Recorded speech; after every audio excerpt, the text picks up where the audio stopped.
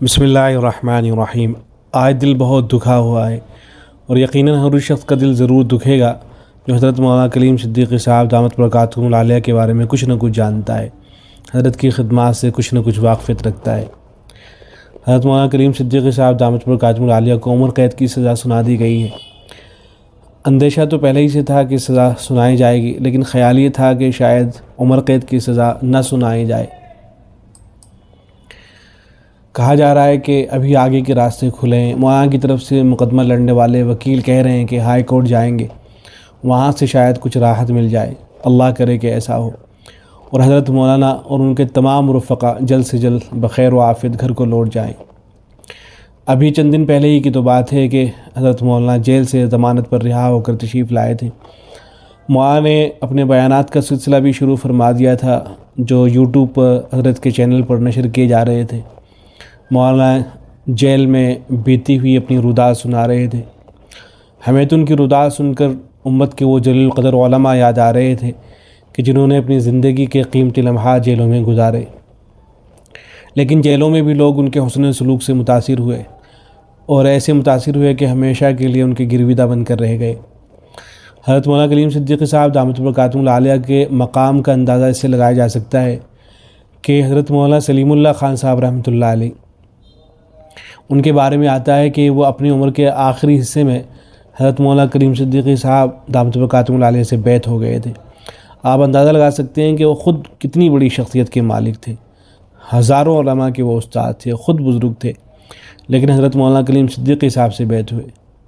اللہ رب العزت نے حضرت مولانا کلیم صدیقی صاحب کے ذریعے ہزاروں نہیں بلکہ بلا مبالغہ لاکھوں لوگوں کو ہدایت عطا فرمائی ہے۔ بعض اللہ کے نیک بندے ایسے ہوتے ہیں کہ وہ تنہا پوری امت کے قائم مقام ہوتے ہیں۔ حضرت مولانا اللہ کے ایسے ہی نیک بندوں میں سے ہیں۔ بہت سے حضرات نہیں جانتے ہوں گے کہ یہ جو گاؤں ہے پھلت، جو حضرت مولانا کلیم صدیقی صاحب دامت برکاتہم العالیہ کا گاؤں ہے، یہ وہی جگہ ہے جہاں حضرت شاہ ولی اللہ محدث دہلوی رحمۃ اللہ علیہ پیدا ہوئے تھے۔ دارالعلوم دیوبند کے جو سب سے پہلے استاد تھے حضرت مولانا محمود احمد صاحب، جو حضرت شیخ الہند رحمۃ اللہ علیہ کے استاد تھے، وہ یہیں کے رہنے والے تھے۔ حضرت سید احمد شہید رحمۃ اللہ علیہ کی جو تحریک تھی اس کے ممبرز کی ٹریننگ یہیں پھلت میں ہوا کرتی تھی۔ بالا کوٹ میں جو حضرات شہید ہوئے ان کی بڑی تعداد پھلت کی رہنے والی تھی۔ حضرت مولانا کلیم صدیقی صاحب دامت برکاتہم العالیہ کے جو دادا محترم تھے وہ حضرت مولانا رشید احمد گنگوئی رحمۃ اللہ علیہ سے بیعت تھے۔ حضرت مولانا کلیم صدیقی صاحب دامت برکاتہم العالیہ کی والدہ بھی بڑی نیک خاتون تھی۔ پھلت میں ایک بزرگ رہتے تھے شیخ علاء الدین رحمہ اللہ، مولانا کلیم صدیقی صاحب کی والدہ انہی سے بیعت تھی اور وہ حضرت کے گھرانے کے مربی تھے۔ انہوں نے ہی مولانا کا نام کلیم رکھا تھا۔ یہ اتنی بڑی شخصیت تھی کہ حضرت مولانا الیاس کاندھلوی رحمۃ اللہ علیہ جب انہوں نے تبلیغی جماعت کا سلسلہ شروع کیا تو 3 مرتبہ ان سے مشورہ کرنے کے لیے پھلت تشریف لائے۔ حضرت مولانا الیاس کاندھلوی رحمۃ اللہ علیہ 3 مرتبہ پھلت تشریف لائے ان سے مشورہ کرنے کے لیے۔ حضرت مولانا اشرف علی تھانوی رحمہ اللہ ان سے مشورہ کرنے کے لیے آیا کرتے تھے۔ یہ ساری باتیں خود حضرت مولانا کلیم صدیقی دامت برکاتہم العالیہ نے تحریر فرمائی ہے۔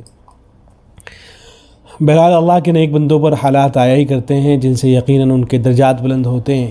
ہم نے تو کتابوں میں پڑھا تھا کہ ہمارے بزرگ اور علماء اتنے باہمت ہوا کرتے تھے کہ انہوں نے اللہ کی رضا کے لیے دنیا میں مصائب کو برداشت کیا، جیلوں میں بند رہے، مشقتیں اٹھائیں، اور اب ہم اپنی آنکھوں سے دیکھ بھی رہے ہیں کہ اللہ کا ایک نیک بندہ کسی دنیاوی غرض کی وجہ سے نہیں بلکہ محض اس لیے کہ وہ اللہ کا نام لیتا ہے اور بھولے بھٹکے لوگوں کو اللہ کی طرف بلاتا ہے، جیلوں کی سلاخوں کے پیچھے ہے، اللہ کی رضا پر راضی ہے، دوسروں کو بھی حوصلہ اور ہمت دے رہا ہے کہ وہ گھبرائیں نہیں۔